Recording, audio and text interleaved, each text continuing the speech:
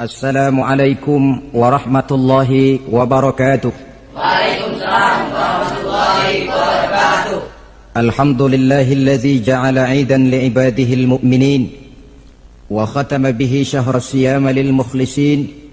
Wassalatu wassalamu ala asyrafil anbiya'i wal mursalin sayyidina wa maulana Muhammadin wa ala alihi wa ashabihi al-mujahidin at-tahirin, amma ba'd. Ma'asyiral muslimin rahimakumullah. Pada pertemuan terdahulu sudah kita bicarakan bahwa orang yang menjalankan ibadah Ramadan dengan baik, dalam arti siang dia laksanakan ibadah puasa, sementara dia hidupkan malam-malam Ramadan dengan sholat tarawih, i'tikaf, tadarus Al-Quran dan sebagainya.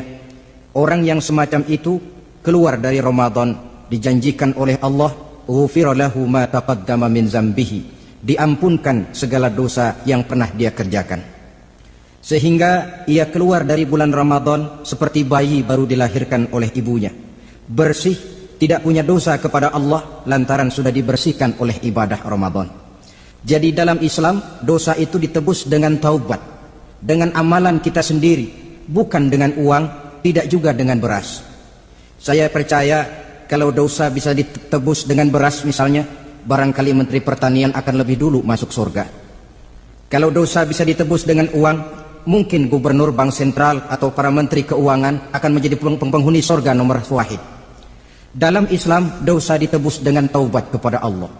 Orang yang melaksanakan ibadah dengan baik di bulan Ramadan, keluar Ramadan, masuk satu Syawal seperti bayi baru dilahirkan oleh ibunya.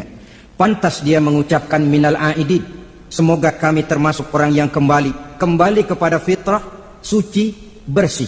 Dia rayakan hari itu, hari di mana dia kembali kepada kesucian. Itulah hakikat daripada Idul Fitri. Dengan kata lain, Idul Fitri ini tidak bisa dilepaskan kaitannya dengan ibadah Ramadan. Hanya oleh karena kita melaksanakan ibadah Ramadan, maka kita rayakan Idul Fitri. Dengan bahasa yang lebih langsung, sebenarnya yang berhak merayakan Idul Fitri mereka yang mengisi Ramadan dengan kegiatan ibadah. Saudara-saudara kaum muslimin yang berbahagia, lalu bagaimana prosesnya?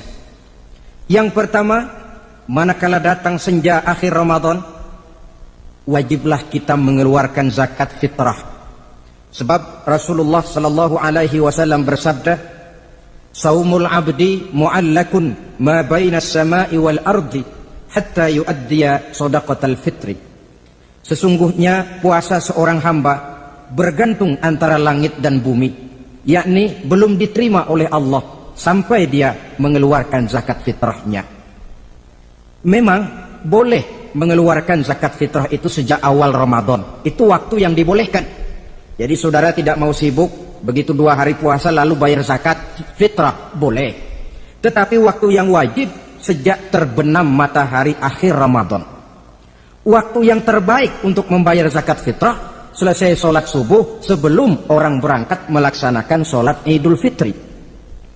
Waktu yang makruh setelah orang selesai sholat Idul Fitri lalu baru bayar zakat fitrah, makruh di situ. Sedangkan waktu yang haram apabila matahari terbenam pada hari raya tanggal 1 Syawal baru mau bayar zakat fitrah, sudah haram hukumnya. Jadi diawali dengan membayar zakat fitrah, dan ini merupakan realisasi daripada latihan puasa, cinta kepada fakir miskin. Orang bilang kan bulan Ramadan itu katanya bulan latihan, kata orang Jawa month of training, bulan latihan. Apa sih perlunya latihan? Kalau PSSI masuk latihan, tentu keluar latihan mainannya makin bagus. Elias Pikal masuk latihan, keluar latihan gaya tinjunya makin hebat. Itu perlunya latihan. Kalau latihan tiap hari tapi main kalah terus, orang kan bilang buat apa latihan kalau main kalah terus. Kita muslimin selama Ramadan sebulan penuh masuk latihan. Latihan sabar, latihan jujur, latihan disiplin, latihan sederhana, latihan mengendalikan nafsu. Berhasil atau tidaknya latihan itu kelihatan dalam gaya hidup kita sesudah keluar Ramadan. Kalau tidak, Ramadan sabar, habis Ramadan habis sabarnya. Ramadan rajin ke masjid, selesai Ramadan selesai ke masjidnya. Ramadan rajin baca Quran, selesai Ramadan selesai rajinnya. Itu pertanda latihan tidak berhasil. Maka salah satu latihan ini kita buktikan kecintaan kita kepada fakir miskin dengan kewajiban membayar zakat dan zakat fitrah. Ya Allah, sudah saya rasakan bagaimana tidak enaknya lapar dan haus. Sudah saya rasakan bagaimana tidak enaknya penderitaan orang-orang fakir dan miskin yang tiap hari kelaparan dan kehausan. Sebagai pertanda, ya Allah, saya keluarkan zakat fitrah ini untuk orang-orang fakir dan miskin. Itu kita keluarkan pada saat matahari akhir Ramadan terbenam. Masuk malam pertama bulan Syawal, malam takbiran kalau istilah di kampung kita ini. Allah Subhanahu wa taala dalam Al-Qur'an menjelaskan, walitukmilul iddata, hendaklah engkau sempurnakan jumlah bilangan hari puasamu, berpuasa sebulan penuh, 30 hari atau lebih sering 29. Bila sudah sempurna hari puasa itu, walitukabbirullah, hendaklah engkau agungkan Allah, hendaklah engkau bertakbir. Oleh karena itu disunahkan menghidupkan malam 1 Syawal, malam hari raya Idul Fitri itu dengan memperbanyak takbir. Sejak matahari terbenam selesai sholat maghrib, kita kumandangkanlah kalimat takbir itu dari rumah ke rumah, dari surau ke surau, dari masjid ke masjid, dari kampung ke kampung, pertanda rasa syukur kita yang tiada terhingga kehadirat Allah Subhanahu wa taala, Tuhan yang Maha Esa dan Maha Kuasa. Entah kenapa bila matahari akhir Ramadan terbenam, datang malam 1 Syawal, berubah perasaan kita. Sedih menjadi gembira, sukar menjadi mudah, hati yang tadinya digenangi air kebencian berubah menjadi hati yang penuh dengan cinta kasih kepada sesama. Kumandang takbir bagi orang-orang yang hidup tinggal di rantau, mengingatkan dia kepada kampung halamannya. Terkenang dia sungai tempat dia mandi, lapangan tempat dia bermain. Oi kampuang nan jauh di mato, katanya. Sehingga orang-orang yang tinggal di tanah rantau diusahakannya benar supaya bisa berlebaran pulang mudik, katanya, nak berkumpul dengan sanak keluarganya supaya lebih mudah bersilaturahmi sambil mengenang masa-masa lalu di kampung halaman. Jadi setelah zakat fitrah kita tunaikan, sambutlah malam Idul Fitri itu dengan memperbanyak takbir. Ini disunahkan, menghidupkan malam lebaran dengan memperbanyak takbir, bukan memperbanyak bakar petasan. Itu kan pekerjaan mubazir, dan mubazir itu jelas perbuatan setan. Ada yang bilang katanya bakar petasan itu nambah syiar. Syiar macam mana datang dari petasan? Sebagian lagi berjaga-jaga juga, tapi bukan dengan memperbanyak takbir, bergadang-gadang di pinggir jalan, ngebut dengan kendaraan aneka warna. Tidak itu yang diajarkan agama. Berkumpul kita di surau, berkumpul kita di masjid, paling kurang berkumpul di rumah dengan keluarga. Ramai-ramailah kita bertakbir, memanjatkan puji dan syukur kepada Allah. Ya Allah, kalau tidak lantaran petunjukmu, sulit rasanya melaksanakan perjuangan yang berat sebulan penuh ini. Melatih diri, membina takwa, mengharap ridho. Dengan lapar, melilit perut, dengan haus, mencekik kerongkongan. Bersyukur kami kepadamu ya Allah. Dan sebagai pertanda, kami kumandangkan kalimat takbir, memuji keagungan dan kebesaranmu. Allahu Akbar, Allahu Akbar, Allahu Akbar, walillahil hamd.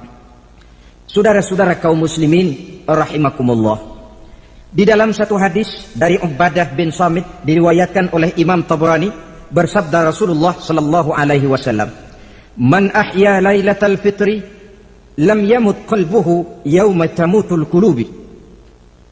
Barang siapa yang menghidupkan malam Idul Fitri, maka hatinya itu tidak akan pernah mati pada saat hati-hati orang lain menjadi mati. Kita yang paling khawatir dalam hidup ini, pada saat hati kita sudah mati, selagi jasad masih hidup, menjadilah kita bangkai berjalan dalam pandangan Allah. Badan hidup tapi hati mati, bangkai berjalan dalam pandangan Allah. Jadi ini hakikat merayakan Idul Fitri. Puasa Ramadan sebulan penuh, malamnya ibadah, menunaikan zakat fitrah, lalu malamnya menghidupkan malam dengan takbiran. Yang terjadi kan kita lihat adat yang dibesarkan, ibadat ditinggal. Puasa tidak, tarawih apalagi, lebaran kurang seminggu sudah lebih sibuk dia daripada yang puasa. Ke pasar kayaknya pasar mau dibeli semua. Rumah pun dicat, dikapur, baju diperbarui. Itu kan kulit. Memang lebih bagus kalau kulitnya baik, isinya pun baik. Tapi yang lebih penting daripada sekedar kulit adalah isi. Hakikat merayakan Idul Fitri kembali kepada kesucian. Kita bersih, tidak punya dosa kepada Allah, itu kita rayakan. Dengan apa? Nah, oleh seorang ulama, Al-Imam Zakiyuddin Abdul Azim bin Abdul Qawa Al-Munziri diberikan contoh bagaimana Rasulullah Shallallahu Alaihi Wasallam itu merayakan Idul Fitri. Beliau berkata, yuhibbu Shallallahu Alaihi Wasallam ayyuqabil al-Ida bil bisri was surur. Rasulullah Shallallahu Alaihi Wasallam cinta senang menyambut Idul Fitri bil bisri was surur, dengan muka gembira dan dengan sikap sukacita. Jadi merayakan Idul Fitri bil bisri was surur, muka menunjukkan kegembiraan. Kenapa gembira? Sudah berhasil berjuang sebulan penuh. Bukan gembira lantaran di rumah banyak dodol, kue, pakaian serba baru, sepatu pun serba baru. Bukan itu yang kita gembira. Gembira lantaran telah berhasil berjuang mengalahkan nafsu, memenuhi perintah Allah, melaksanakan puasa. Gembira lantaran kita kembali suci seperti bayi baru dilahirkan oleh ibunya. Bil bisri, muka menunjukkan kegembiraan, cerah di malam itu sampai di hari lebarannya.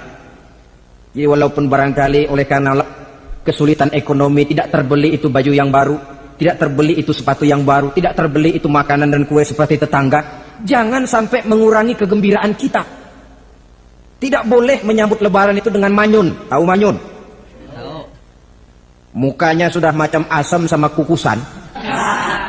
Tidak ada menunjukkan sikap kegembiraan. Nabi menghadapi hari itu bil bisri wasurur, dengan muka cerah dan dengan sikap gembira. Tapi gembira dalam arti tetap pada jalur kontrol.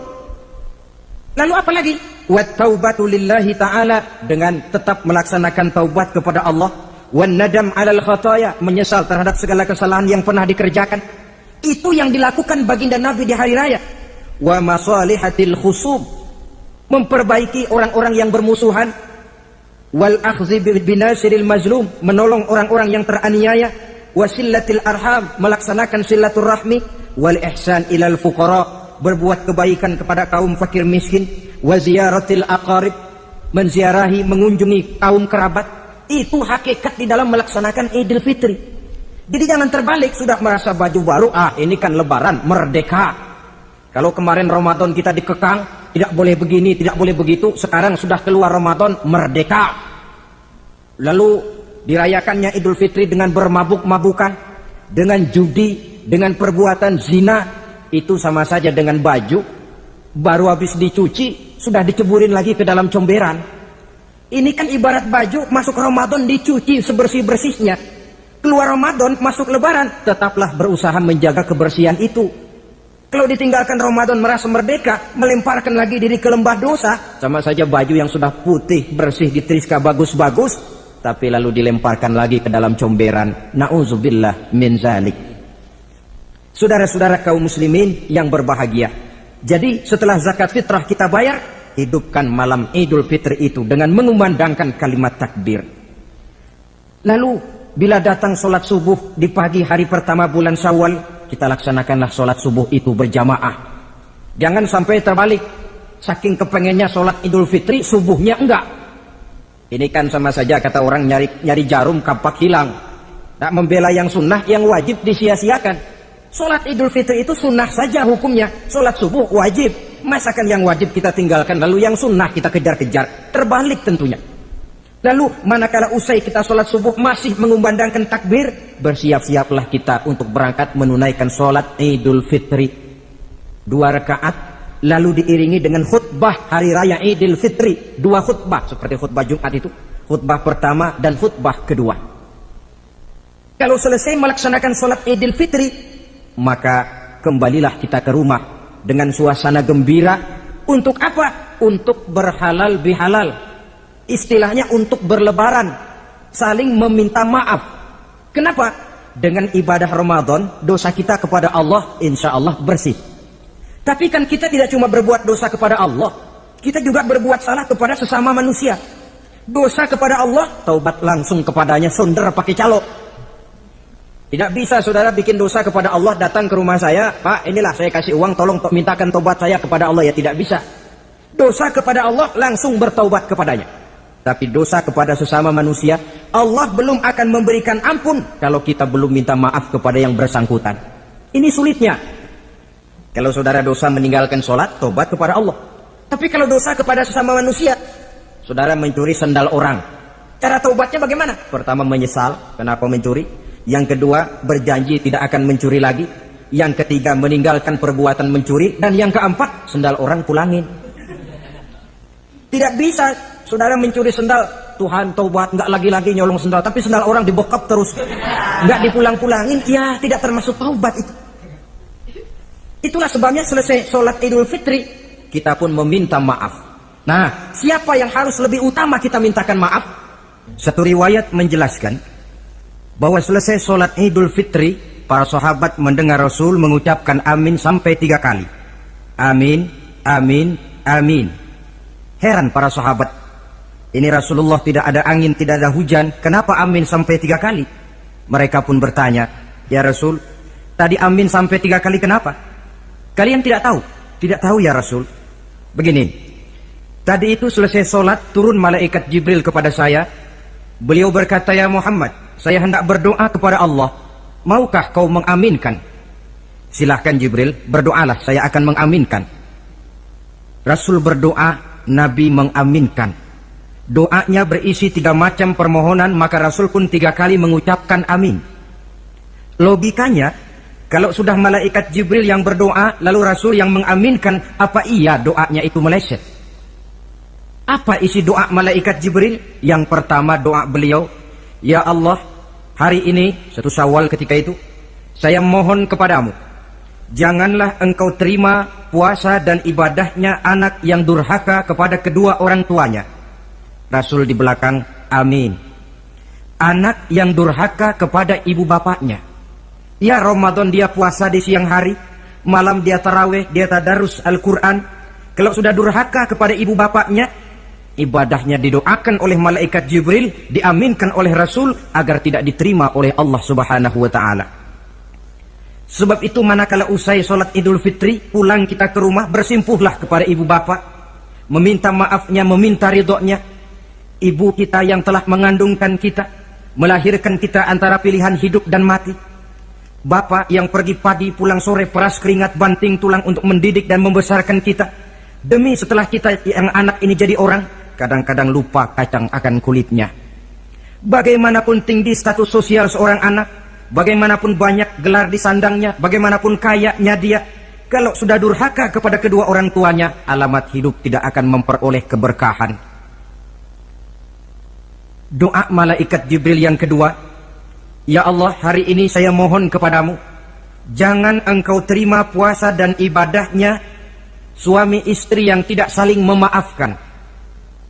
Sebab itu seorang suami, seorang istri, selesai turun sholat Idul Fitri, hendaklah berlapang dada si suami memaafkan istrinya, meridhokannya. Si istri pun bersimpuh meminta maaf dan ridho suaminya. Istri yang durhaka kepada suaminya.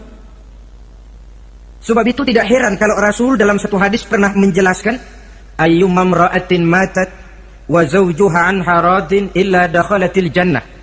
Kalau ada seorang perempuan meninggal dunia, suaminya ridho kepadanya, itu perempuan akan masuk surga. Ini artinya, kalau seorang perempuan meninggal, suaminya tidak ridho kepadanya, biar dia tukang sholat, biar dia ahli puasa, biar dia hadir di majelis taklim manapun, meninggal tidak diridhoi suaminya, pintu surga belum dibukakan sampai suaminya ridho kepadanya. Riwayat lain menjelaskan bahwa sepulang Isra dan Mi'raj, Rasul bercerita kepada para sahabat, saya dalam perjalanan Mi'raj itu diperlihatkan neraka. Neraka ya Rasul? Iya. Lalu bagaimana? Saya lihat isinya kok kebanyakan perempuan. Perempuan? Laki bagaimana ya Rasul? Laki juga tidak sedikit. Kenapa lebih banyak perempuan ya Rasul? Apa mereka tidak sholat? Sholat. Tidak puasa barangkali? Mereka rajin puasa. Tidak suka mengaji barangkali? Mungkin lebih rajin dia dari suaminya. Lalu apa penyakitnya ya Rasul? Beliau menjawab, hunna yakfurnal asir. Penyakit perempuan itu dimanapun, tidak pandai bersyukur, kurang rasa terima kasih kepada suaminya. Suaminya yang bertahun-tahun pergi pagi pulang sore peras keringat banting tulang untuk menghidupi keluarga, sekali saja terselip berbuat salah, hilang jasanya yang bertahun-tahun itu. Cuma salahnya saja yang diingat. Ibarat kata pepatah, panas setahun, habis dibalas oleh hujan 1 hari. Habis dibalas oleh hujan 1 hari. Malaikat Jibril yang ketiga, ya Allah, hari ini saya mohon kepadamu, janganlah engkau terima puasa dan ibadahnya muslim yang tidak mau memaafkan sesama saudaranya muslim. Tugas kita adalah meminta maaf, tetapi memberi maaf lebih mulia, karena memang memberi maaf lebih sulit daripada meminta maaf. Oleh sebab itu momen hari raya Idul Fitri intinya adalah halal bihalal. Bukan lalu merasa merdeka sudah ditinggalkan oleh Ramadan, berbuat sesuka hati, yang laksana baju sudah dibersihkan tapi dibenamkan kembali ke dalam lumpur. Yang kita inginkan agar bersih hubungan kita dengan Allah dan baik juga hubungan kita kepada sesama manusia. Hadis yang kedua, pada suatu hari ketika kumpul dengan para sahabat, Rasul bertanya, "Atadruna manil muflis?" Saudara-saudara, tahu nggak siapa orang bangkrut? Orang sial, orang yang tidak beruntung itu siapa? Pertanyaan yang menarik. Jawaban sahabat macam-macam. Ada yang bilang, al-muflisu fina man la dirham lahu wala mata'. Ya Rasul, menurut pendapat kami, orang yang bangkrut, orang yang sial, yang tidak punya duit dan tidak punya harta. Itu jawab sahabat, dan begitu jawab banyak orang sekarang. Siapa yang banyak uang, raja dia. Yang tidak punya uang, bangkrut dia. Sampai-sampai pepatah orang Arab bilang, innad darahima fil amakini kulliha taksur rijala mahabatan wa jalala. Uang itu di mana-mana katanya bikin hebat orang yang memilikinya. Coba lihat orang yang tidak punya uang dengan yang punya uang, jangan gaya hidupnya, gaya jalannya saja lain. Coba orang kerja itu hari Kamis sama hari Sabtu lain jalannya. Hari Kamis loyo, lesu, manyun. Tapi kalau sudah hari Sabtu gagah bukan main. Kenapa? Ada uang di kantongnya. Wahia lisanun liman aroda fasahatan. Uang adalah lidah yang paling fasih untuk bicara. Bicara lidah macet, coba uang yang bicara talk share. Wahia silahun liman aroda qitalan. Uang juga senjata paling ampuh bagi orang yang mau maju ke medan perang. Tapi apa benar begitu? Rasul menjawab, innal muflisa min ummati. Orang yang bangkrut dari golongan umatku. Umatku, bukan orang lain. Bukan mereka yang tidak punya uang, kata Rasul. Bukan mereka yang tidak banyak hartanya. Orang yang bangkrut dari golongan umatku, mayyati yaumal qiyamah bi salatin wa siyamin wa zakatin. Orang yang di hari kiamat nanti datang menghadap Allah dengan membawa pahala solat. Sebab waktu di dunia dia tukang solat. Menghadap Allah dia setor, ya Allah ini pahala solat saya. Solat wajibnya, solat sunnah, rawatib, nawafilnya. Wasiyamin, pahala puasa juga dia bawa setor kepada Allah. Baik puasa wajib Ramadan, puasa sunnah Senin Kamis, puasa sunnah 6 hari di bulan Syawal. Wa zakatin, pahala zakatnya juga dia bawa menghadap Allah di satu pihak. Cuma sayang kata Allah, wa ya'ti qad syatama haza. Dia juga datang membawa dosa karena pernah mencaci maki orang. Wa qazafa haza, pernah memfitnah orang. Wa akala mala haza, pernah memakan harta orang dengan cara yang batil. Wa syafaqad dama haza, mengalirkan darah orang tanpa alasan yang benar. Di satu pihak datang membawa pahala ibadah, di lain pihak datang menyandang dosa kepada manusia. Kalau ini yang terjadi, bagaimana nasib kita? Kata baginda Rasul, maka diambillah dosa orang yang pernah kita fitnah. Untuk apa? Diberikan kita. Sudah enak-enak, ya Allah ini pahala solat saya. Tahu-tahu datang orang, sebentar ya Allah, orang ini waktu di dunia memang ahli solat, tapi saya tanpa salah pernah difitnah. Sakit hati saya, hancur nama baik saya lantaran ulahnya. Saya menuntut keadilan. Benar, orang ini pernah kau fitnah? Benar ya Allah. Kalau begitu pahala solatmu sini, kasihin orang yang kau fitnah. Habis pahala solat, datang lagi orang menagih, ya Allah, dia memang waktu di dunia ahli bayar zakat, tapi juga dia sering makan harta orang dengan cara yang batil. Benar? Benar ya Allah. Sini, pahala zakatmu berikan kepada orang yang hartanya kau makan dengan cara yang batil. Fa in faniyat hasanatuhu qabla ayyadha ma alaihi. Kalau pahala kebaikannya sudah habis untuk nutup hutang dosa, sementara tagihan datang terus, ukhiza min khatayahum, maka diambillah dosa orang-orang yang pernah kita fitnah, kita caci maki, kita zolimi, untuk diberikan kepada kita. Apa enggak bangkrut ini? Sudah pahala dipretelin, dosa dikasih lagi. Ibarat orang dagang, modal habis, tagihan utang datang terus. Apa pasalnya ini? Dia cuma baik kepada Allah, solatnya betul, puasanya bagus, zakat dia bayar, tapi kepada sesama manusia Dia tukang fitnah, tukang mencaci maki, ahli makan harta orang dengan cara yang batil, bangkrut nasibnya di akhirat nanti. Maka keliru kalau momen Idul Fitri itu dimanfaatkan untuk sesuatu yang merusak arti kesucian, merusak arti fitrah. Mari kita dengarkan hadis dari Wahab bin Munabbah. Inna iblis alaihi la'nah yasihu fi kulli yaumi idin. Iblis tiap hari raya Idul Fitri teriak-teriak. Akibat teriakannya, laskarnya, bala tentaranya kumpul. Ya Sayyidana, man aghdabuka? Wahai junjungan kami, kata bala tentara iblis ini, kenapa teriak-teriak macam itu? Apa yang bikin Tuhan begitu jengkel? Kasih tahu saja sama kami biar kami hancurkan siapa yang telah menyakitkan hati Tuhan. Kata iblis, tidak ada yang nyakitin hati saya. Cuma kamu perlu tahu, kata iblis, innallaha qad ghafara li hadhihi al-ummah fi hadzal yaum.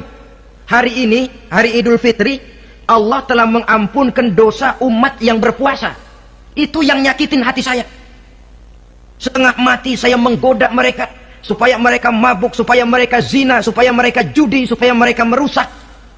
Mereka puasa di bulan Ramadan, hari ini Allah ampunkan dosa mereka. Apa enggak sakit hati saya? Lalu apa tugas kami Tuhan? Kata tentara iblis ini, fa'alaikum an tusghiluhum bil lazat wasyahawat wa syurbil khamr. Kata iblis, kasih komando dia, begini saja, kau rusak mereka, umat Islam yang dosanya hari ini diampuni, kau rusak mereka bil lazat, dengan segala macam kelezatan, wasyahawat, dengan memperturutkan hawa nafsu, wa syurbil khamr, dengan meminum minuman yang memabukkan di hari raya Idul Fitri ini. Jadi kalau mereka datang bermaaf-maafan, Allah sudah mengampuni dosa mereka, tolong kau rusak suasana itu. Tanamkan kepada mereka supaya menikmati hari ini dengan segala macam kelezatan, memperturutkan hawa nafsunya, meminum minuman keras, hanyut di meja judi, sehingga melupakan arti hakikat Idul Fitri yang sebenarnya. Di akhir riwayat ini Nabi pesan, oleh karena itu kata Nabi, ijtahidu yaumal fitri fis sadaqah wa a'malil khair wal birri minas salah waz zakah wat tasbih wat tahlil. Oleh sebab itu kata Nabi, hati-hatilah kamu, sungguh-sungguhlah kamu pada hari Idul Fitri ini melaksanakan segala macam kebajikan seperti sedekah, perbuatan baik, salat, zakat, mengucapkan tasbih, tahlil, karena hari ini Allah telah mengampunkan dosa kamu. Jadi jangan dinodai hari yang bersih itu dengan perbuatan-perbuatan yang tercela. Inilah kelirunya kalau adat lebih dibesarkan daripada ibadat.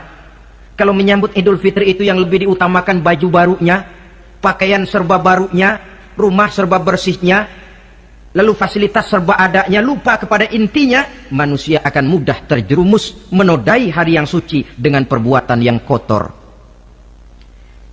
Saudara-saudara, ma'asyiral muslimin rahimakumullah. Karena itu Rasulullah Shallallahu Alaihi Wasallam pernah menjelaskan apa hakikat hari raya sebenarnya. Beliau berkata, lil mu'mini khamsatu a'yad. Orang beriman mempunyai 5 hari raya. Yang kita tahu kan gampangnya Idul Fitri, Idul Adha, kan itu. Ya. Rasul berkata, orang beriman sebenarnya mempunyai 5 hari raya. Hari raya yang dia rayakan dengan kegembiraan. Kapan saja itu? Pertama, kullu yaumin yamurru 'alal mu'min wa la yuktabu 'alaihi zanbun. Setiap hari yang dilalui oleh seorang mukmin tanpa Allah menulis dosanya, itulah hari raya baginya. Jadi kalau berlalu satu hari dan hari itu kita tidak melakukan dosa satupun, itu hari raya. Dengan kata lain, bergembiralah seorang mukmin kalau dia bisa melewati satu hari tanpa di hari itu dia melakukan dosa. Itu hari raya. Aduh, saya girang benar hari ini. Kenapa? Hari ini tidak ada dosa yang saya kerjakan rasanya. Hari raya pertama adalah hari di mana kita lewati tanpa melakukan dosa. Kira-kira bisa nggak satu hari lewat tanpa dosa? Bisa. Ya, bukan cuma sekedar mau, tapi berusaha untuk bisa. Ini hari raya yang pertama. Yang kedua kata Nabi, al-yaumul ladzi yakhruju fihi minad dunya bil iman wa syahadah wal ismah min kaidis syaitan. Hari di mana dia keluar meninggalkan dunia ini, kembali kepada Allah bil iman, dengan membawa iman, wa syahadah, mengucapkan 2 kalimat syahadat, wal ismah min kaidi syaitan, dan selamat dari tipu daya setan. Saudara-saudara, mati membawa iman, sempat mengucapkan 2 kalimat syahadat, selamat dari tipu daya setan, itu hari raya kita. Sebab apa? Yang paling kita khawatir kalau sudah meninggalkan dunia tanpa membawa iman, tidak sempat mengucapkan 2 kalimat syahadat. Nah, supaya kita mati bisa mengucapkan 2 kalimat syahadat, caranya bagaimana? Ya tergantung latihan dan kebiasaan. Orang kepengen kaya mesti latihan kaya. Orang kepengen bisa nyanyi mesti latihan nyanyi. Orang yang dalam hidupnya sering mengucapkan 2 kalimat syahadat, insya Allah di akhir hayatnya pun kalimat itu yang akan diucapkannya. Makanya kalau Allah pesan, la tamutunna illa wa antum muslimun, jangan kamu mati kecuali dalam Islam. Bagaimana supaya kita mati dalam Islam? Hidup ini pun biasakan dalam Islam. Hanya mereka yang membiasakan hidup secara Islam, insya Allah bisa mati dalam lingkungan Islam. Ini hari raya yang kedua. Yang ketiga, al-yaumul lazi yujawizu fihi sirat wa ya'manu min ahwalil qiyamah. Hari di mana dia lewat di atas sirat dan aman dari huru-hara hari kiamat. Lewat di atas sirat dengan selamat, itu hari raya yang membawa kegembiraan. Yang keempat, al-yaumul lazi yadkhulu fihi al-jannah wa ya'manu minal jahim. Hari di mana dia masuk ke dalam surga dan aman dari siksaan neraka. Hari raya terakhir, al-yaumul lazi yanzuru fihi ila rabbih. Hari di mana dia bertemu dengan Allah Tuhannya. Itu hari raya terbesar. Masuk surga itu enak, tapi bertemu Allah jauh lebih enak. Sama saja kita masuk istana negara itu nikmat, tapi bertemu presiden jauh lebih nikmat. Mungkin begitu masuk istana negara kita heran, kagum melihat lukisan, melihat dekorasi, tapi begitu bertemu dengan kepala negara, lupa kita dengan indahnya bangunan istana negara. Mungkin ketika masuk surga kita kagum, begitu luar biasa kenikmatannya. Ketika bertemu dengan Allah, hilang kenikmatan surga, tertutup oleh nikmatnya bertemu Allah. Ma'asyiral muslimin rahimakumullah. Nah, lalu ada satu tradisi di negara kita ini yang disebut acara halal bihalal. Di Arab ini tidak ada. Dan memang halal bihalal itu bahasa Arab yang di Arab sendiri tidak terpakai. Halalun bihalalin artinya saling halal menghalalkan. Maksudnya saling maaf memaafkan. Kemarin saudara tanpa salah saya pukul, haram. Kesempatan ini tolong dihalalkan, artinya tolong dimaafkan. Karena kita bertemu seorang-seorang sulit, datang dari rumah ke rumah pun memakan waktu. Biasanya pun orang mengadakan acara kumpul, entah itu organisasi, entah itu kantor, entah itu keluarga besar, kumpul dalam satu acara yang lazimnya mereka sebut dengan halal bihalal. Rangkaiannya tidak terpisahkan dari puasa Ramadan, Idul Fitri, dan halal bihalal. Artinya, karena kita melaksanakan puasa di bulan Ramadan, maka kita rayakan Idul Fitri. Di dalam merayakan Idul Fitri, kita laksanakan acara halal bihalal. Tidak terpisahkan. Tapi rupanya halal bihalal ini sudah jadi milik nasional. Ya kita ikut bersyukur menjadi milik nasional. Tetapi yang paling merasakan nikmatnya tentu mereka yang mengikuti prosesnya sejak semula. Pelaksanaan ibadah puasa, melaksanakan zakat fitrah, menunaikan sholat Idul Fitri, sampai kepada berhalal bihalal. Kemudian satu hadis lagi, Rasulullah Shallallahu Alaihi Wasallam bersabda, isnani la yansurullahu ilaihima yaumal qiyamah. Ada 2 golongan manusia yang di hari akhirat nanti tidak akan dipandang oleh Allah, tidak akan diopeni oleh Allah. Siapa mereka? Pertama qati'ur rahim, yang kedua jarus su'i, orang yang memutuskan silaturahmi, dan tetangga yang jahat dengan tetangganya. Sebagai uraian penutup, saya ingin mengajak kita semua untuk merenungi firman Allah dalam surah Al-A'la ayat 14 sampai dengan ayat 17. Qad aflaha man tazakka wa dzakara isma rabbih fasalla bal tu'thiruna al-hayata ad-dunya wal akhiratu khairu wa abqa.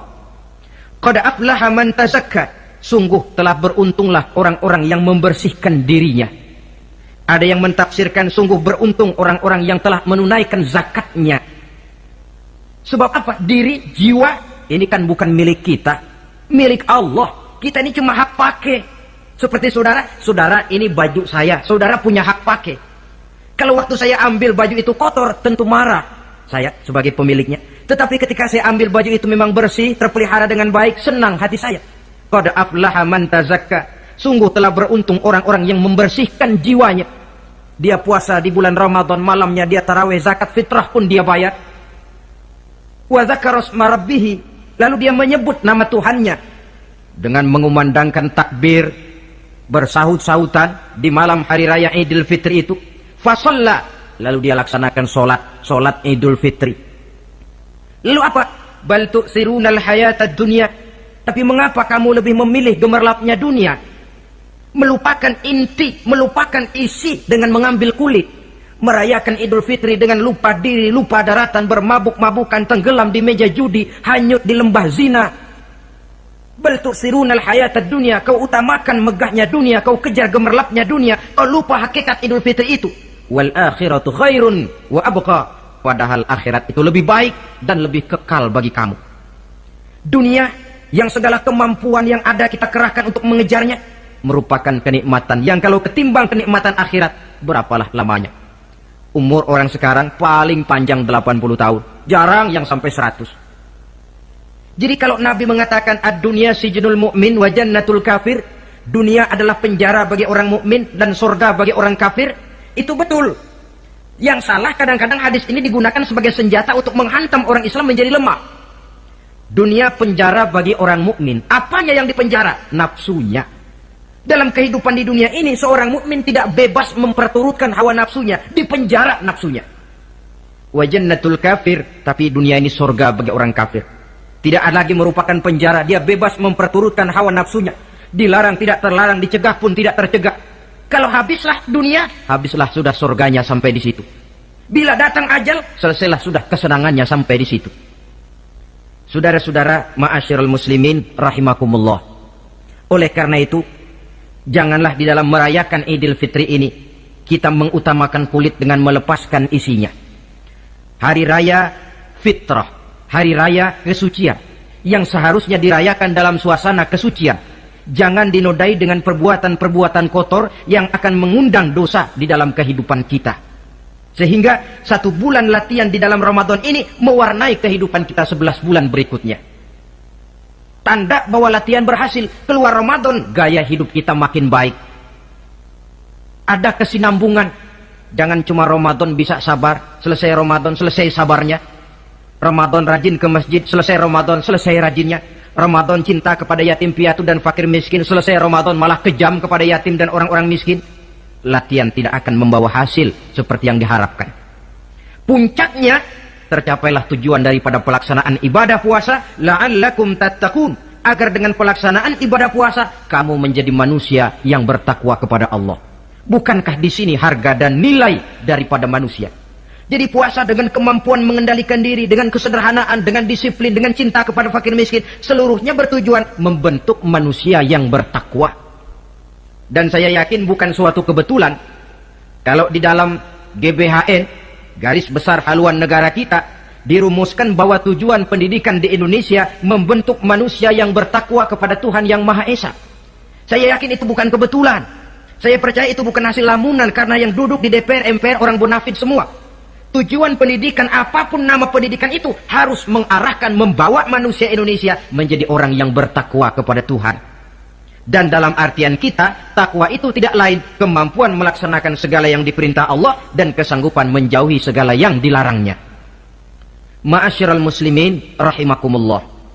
Karena itu saya ingat benar, orang-orang tua kita itu betul. Kalau dia berlebaran, dia bawa anaknya yang kecil-kecil itu ke rumah keluarga, sanak familinya, diperkenalkan. Ini bibimu, yang itu pamanmu, sebelah sana tuh kakekmu. Apa yang kita ingat di waktu kecil akan tertanam sampai kita besar. Istilahnya tidak kehilangan obor. Tahu keluarga, kenal sanak famili. Yang terjadi zaman sekarang, kadang-kadang ipar dengan ipar berkelahi, keponakan dengan keponakan main hantam. Kenapa? Hilang obor, tidak ada yang memberikan penyuluhan bahwa dia masih keluargamu. Apa latar belakangnya? Kurangnya silaturahmi. Apalagi remaja sekarang kalau diajak pergi berlebaran kuno, keragunan saja ngelihat uak. Ya tidak ada salahnya toh, rekreasi persilakan. Keragunan kah, ke Taman Mini kah, ke Taman Impian Jaya Ancol kah. Tetapi silaturahmi ini utamakan. Kunjungi keluarga, kunjungi sanak famili, handai tolat. Sebab apabila silaturahmi ini sudah retak, pada akhirnya kita kehilangan obor. Manakala sudah kehilangan obor, boleh jadi kita tidak akan saling mengenal satu dengan lainnya. Bukankah adat hidup katanya tolong menolong? Bila kita merupakan satu keluarga besar, mungkin ada kelemahan